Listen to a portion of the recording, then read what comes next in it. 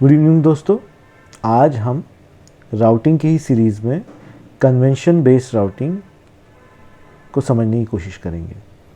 Convention based routing वो होता है जिसमें हम स्पेसिफिक राउट के लिए या स्पेसिफिक एंड पॉइंट के लिए राउट नहीं डिफ़ाइन करते हैं।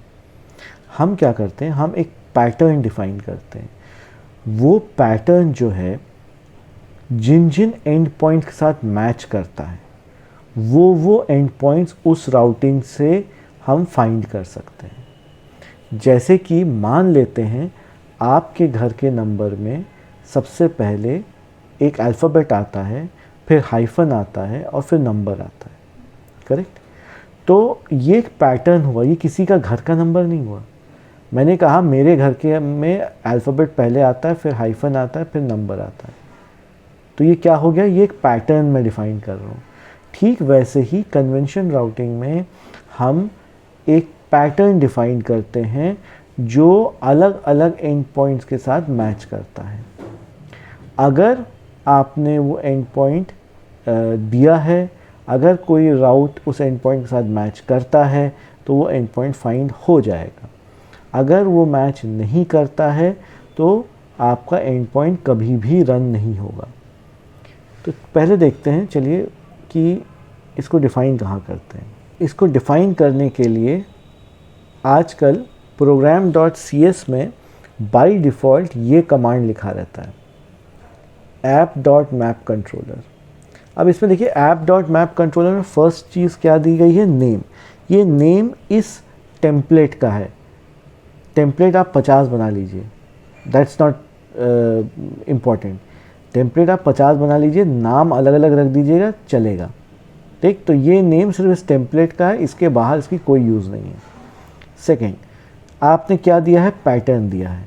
पैटर्न कैसा है भाई, कंट्रोलर पहले, सबसे पहले नाम किसका आएगा, कंट्रोलर का, फिर नाम आएगा एक्शन और फिर आएगा आईडी। आईडी के आगे क्वेश्चन मार्क लगा है तो ये ऑप्शनल है।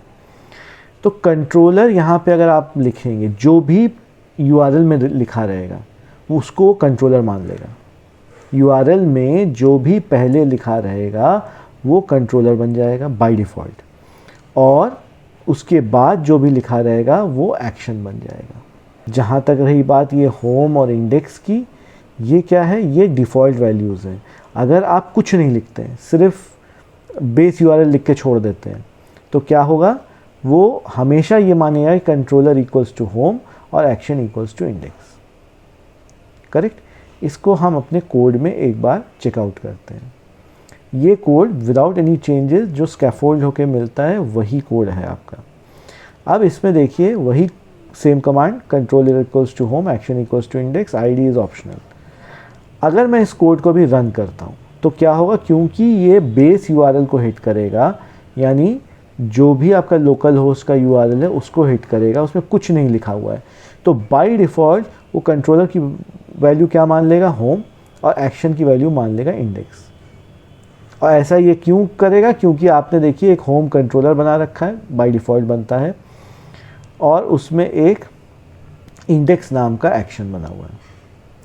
चलिए इसको एक बार रन करके देखते हैं।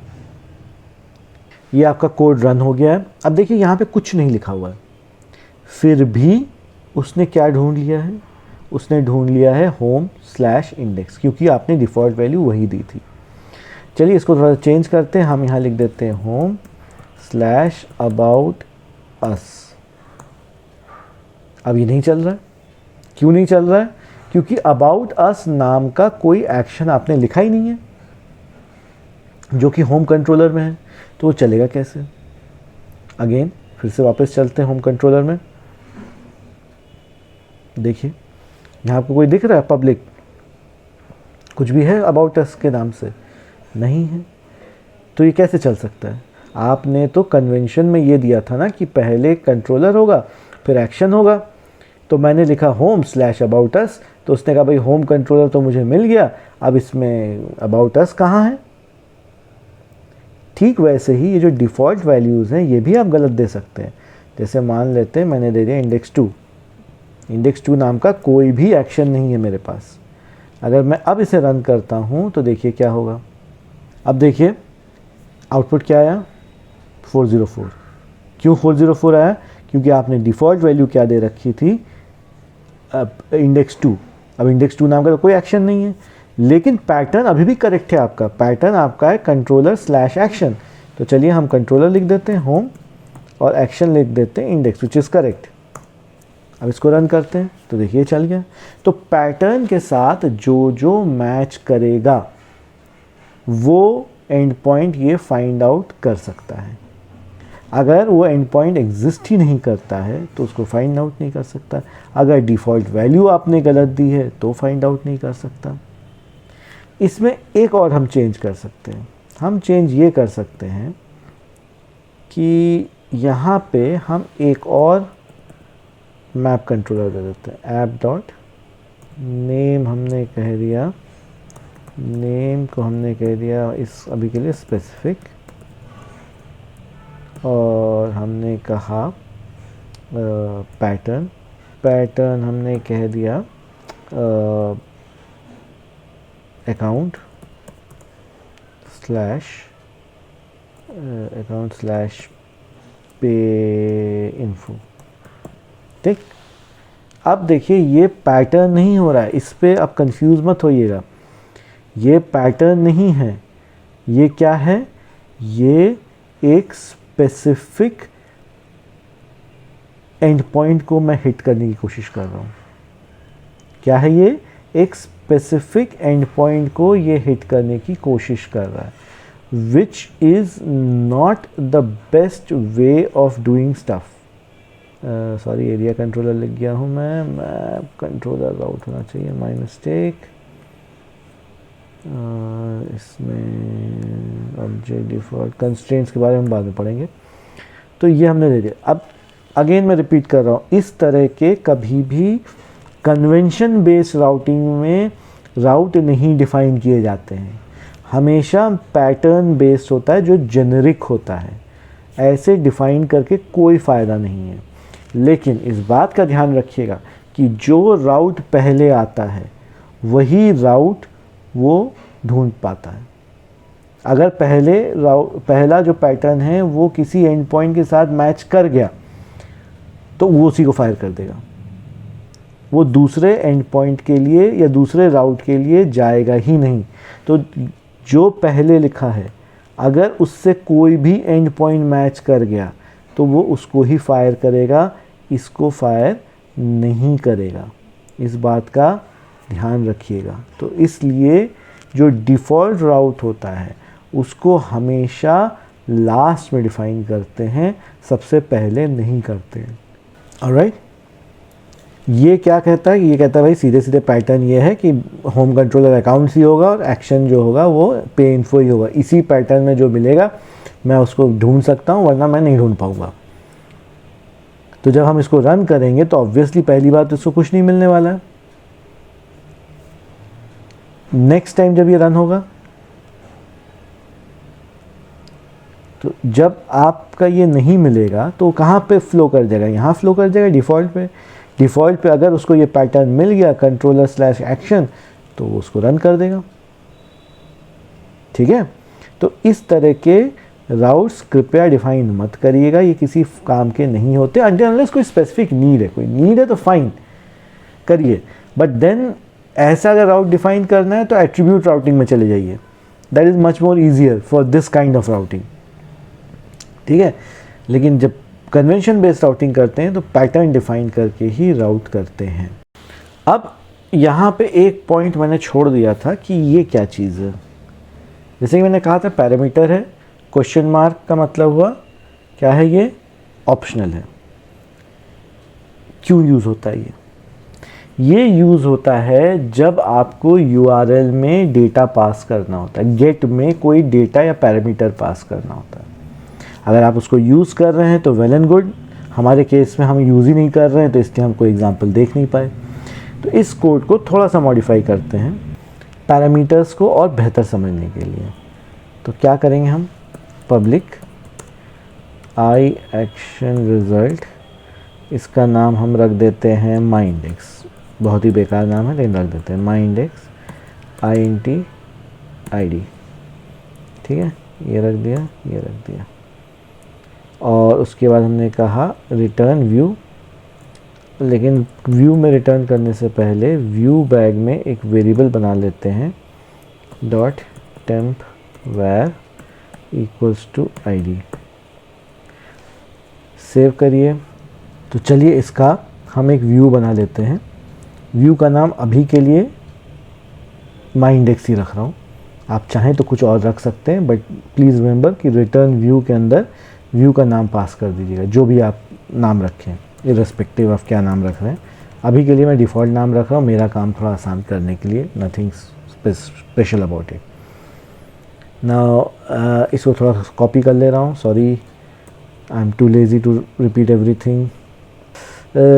इसका नाम मैं चेंज कर दे रहा हूँ, माई इंडेक्स नाम रख दे रहा हूँ इसका होम पेज की बजाय, और यहाँ वेलकम की बजाय मैं h1 टैग में अपने व्यू बैग की वैल्यू प्रिंट करा लूँगा। Simple as that. ये लर्न वर्न मुझे नहीं चाहिए, इसको हटा देते हैं, इसको सेव कर देते हैं and let me run this.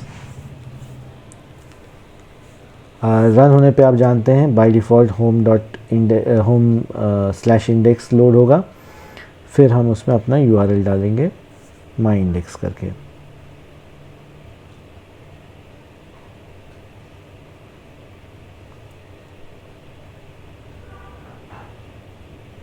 ये आ गया, इसको हम चेंज कर लेते हैं, इसका नाम हम कर लेते हैं home my index 25 enter.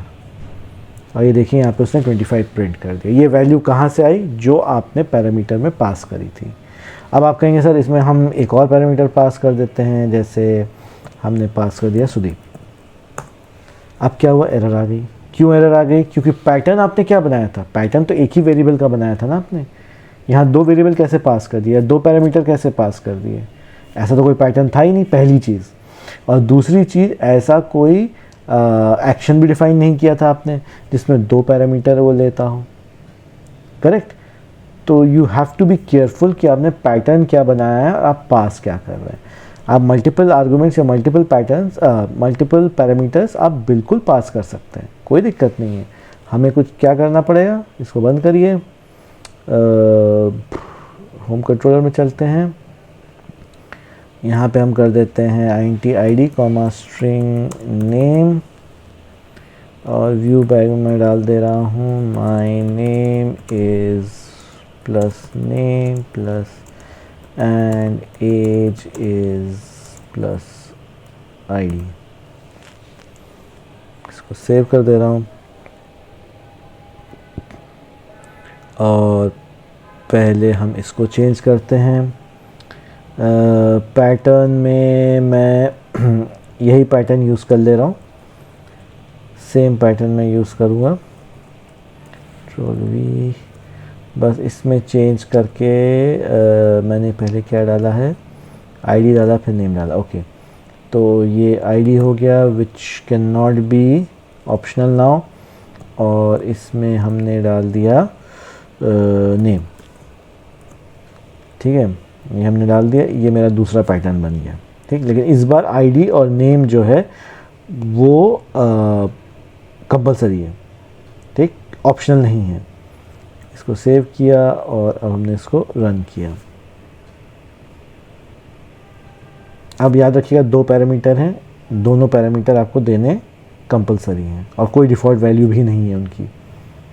Enter. क्या प्रिंट हो गया? My name is Sudeep and age is 24।